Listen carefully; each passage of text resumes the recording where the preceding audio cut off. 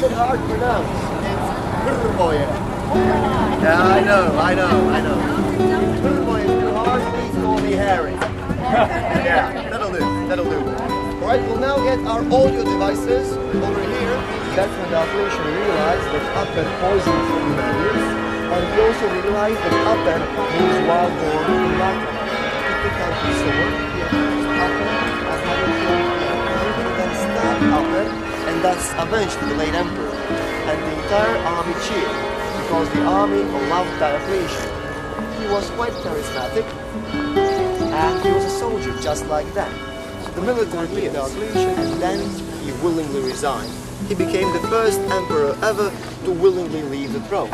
And he resigned here to Split. The reason why he resigned is quite simple. Diocletian had health issues, had rheumatism in his back, so he used the sulfur springs in Split to create sulfur spas and heal his own bones. Come a bit closer, please. Gather around me and take a look at this nice new model. Yes, come a bit closer, please. Careful, there's a coach coming. So, what do you think of this new main promenade? Most of our guests say it's very nice. This is a nice mixture of modern and ancient. Most locals don't like it because locals are just not used to it. The old promenade was made out of limestone, the same limestone as the rest of the palace. What we all agree is that this model is a very nice addition because this model portrays the old part of town, the lovely part of town. So we are now standing over here. This gate is the one behind you, over there. This is the southern wall of the palace. This is the eastern wall, the northern wall, and there is no western wall because in the year 640, the nearby city of Salona, where Diocletian was born, was destroyed. And those refugees fled here. They destroyed the palace and from its stone made their own homes. So the bases of most of these houses are 7th century AD. A few structures have been left intact. The substructure is completely preserved from 305, the walls are from 305, the towers as well, and 3 additional buildings. The mausoleum, the vestibule area, and Jupiter's temple, because Diocletian built this temple in Split. He believed that he was the son of Jupiter, when in fact he was the son of a slave.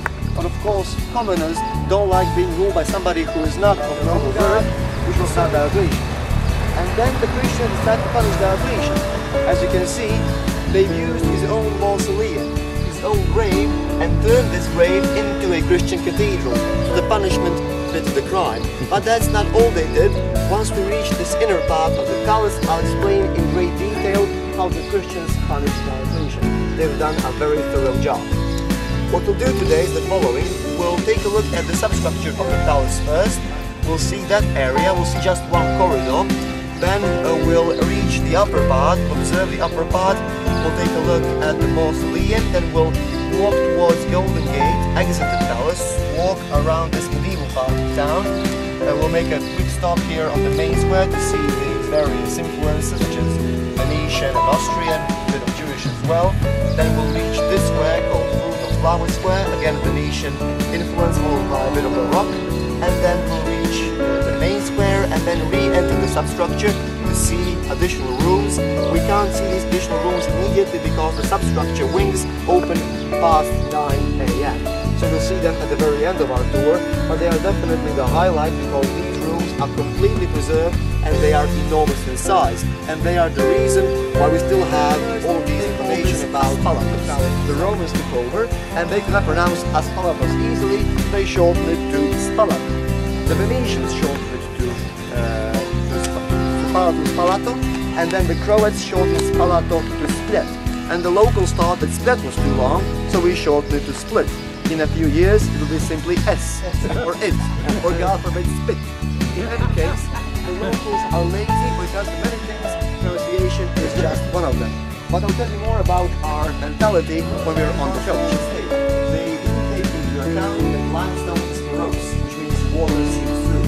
So we get rain above, we get plenty of groundwater down below. And the problem was, none of these areas initially had any sewer systems beneath them, which means the groundwater would stay. And there was about this much groundwater, about say 4 feet of groundwater all the time, and the Romans could not do much about this. because when Diocletian resigned, work had peace and quiet, not construction work. So he told his men to install a smaller sewer system beneath this area and this area alone, because under this area is 3 valleys in the city of Split, like an encyclopedia of various styles. We have not only Roman, but also a bit of Greek and Egyptian influence, and plenty of Venetian Gothics within the palace itself. Now, what happened? When Diocletian rose to power in 284, nobody was all too pleased to have him as an emperor, but Egypt was the only region which rebelled after him. Diocletian took 3 legions, roughly 18,000 soldiers, the only one which was not destroyed because this one was not discovered by the British. Over the course of years, this one fell to the substructure, was then covered with sewage waste and garbage.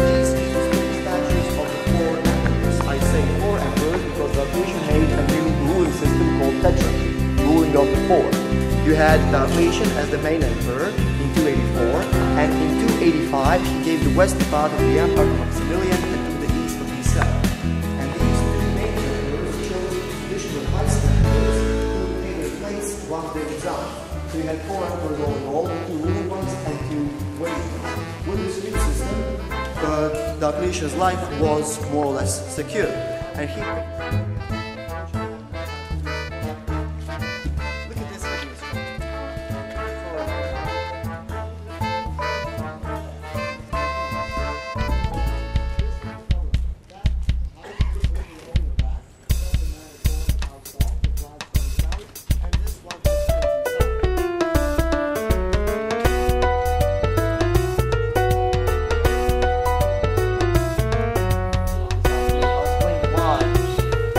once we get to that north gate. So there's the pot I saw from earlier, and take a look inside the garden. You'll see ruined pillars and ruins and reliefs. This is typical for Split. It's typical for us to have all this lying out in the open like this. And it's typical to see locals drinking coffee on ancient Roman structures. It's typical to see Roman walls, pillars and sewer openings within banks, coffee shops and just let me know if I keep cutting. Yeah, just raise your hand and I'll see you.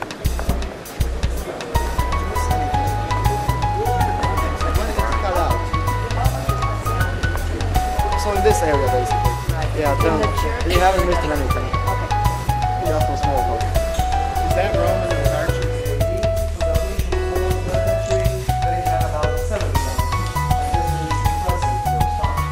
Take a look at the arch above and also see the so-called Roman keystone, a stone which is cut in such a way that it holds the entire arch together without any bar material.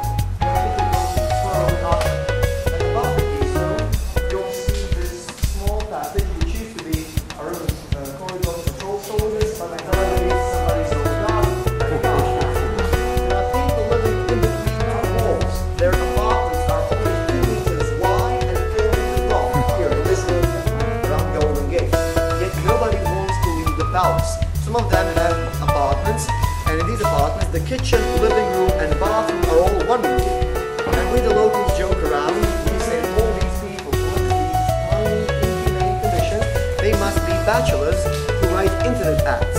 You would see an ad saying something like, looking for a female companion. And I live in a intact, ancient Roman palace.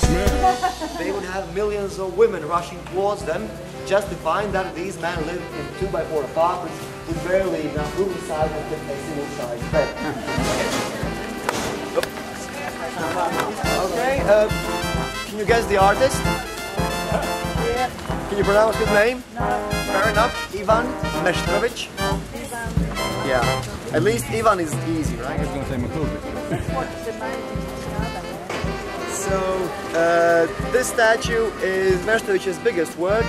It's over 20.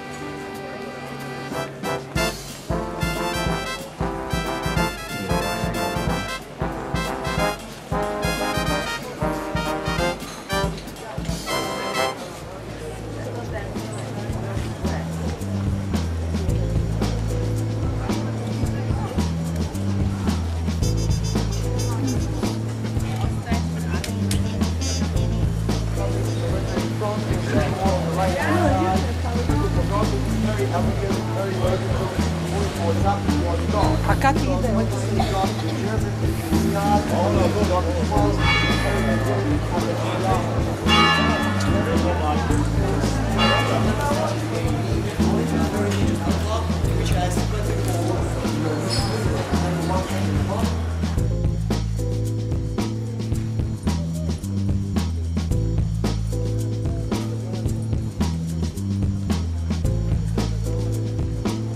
The right part, and we have these iron bars all around holding everything in place.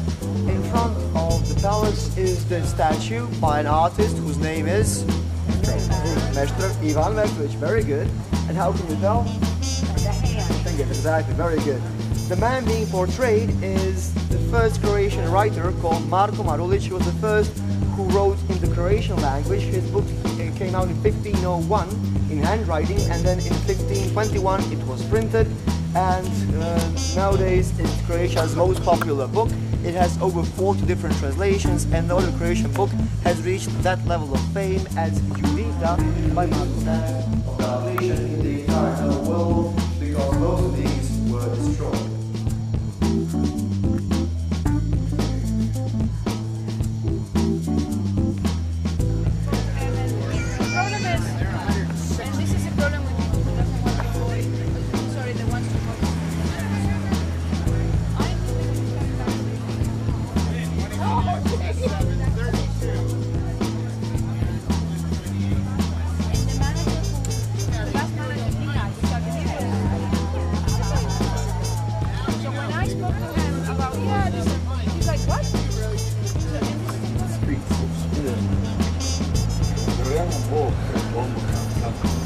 Just wandering on the street, typical behavior.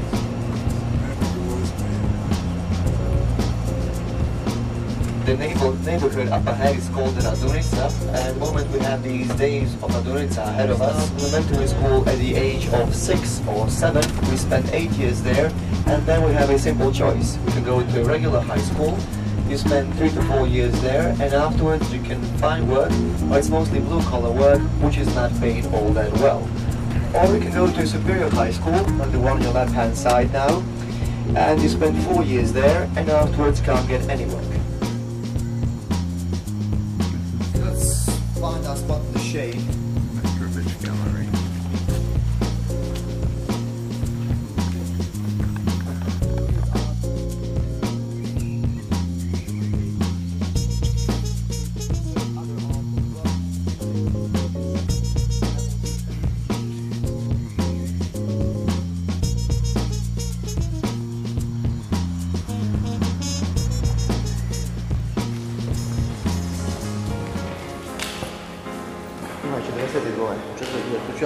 Može tu, da. Hvala. And for the entire gallery for ourselves, which is a rare quality.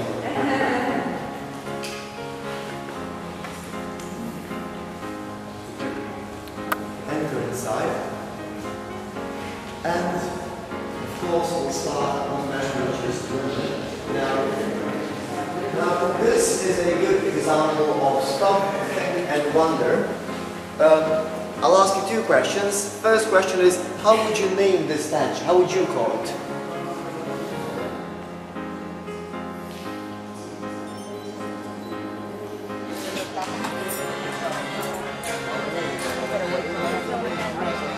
This was certainly nicer than the other places we've had lunch, you know, and usually have customers. You're right.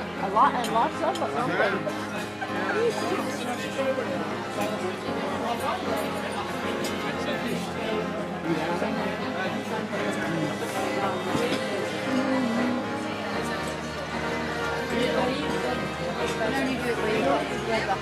Yeah.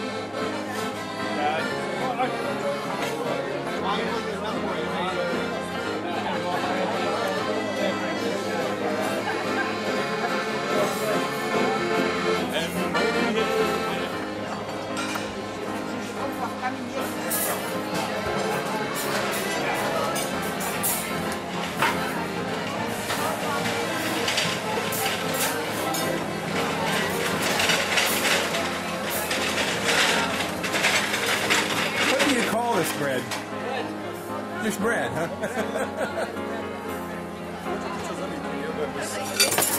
Koji je ovaj kurac jebote? Bog mislite glavu.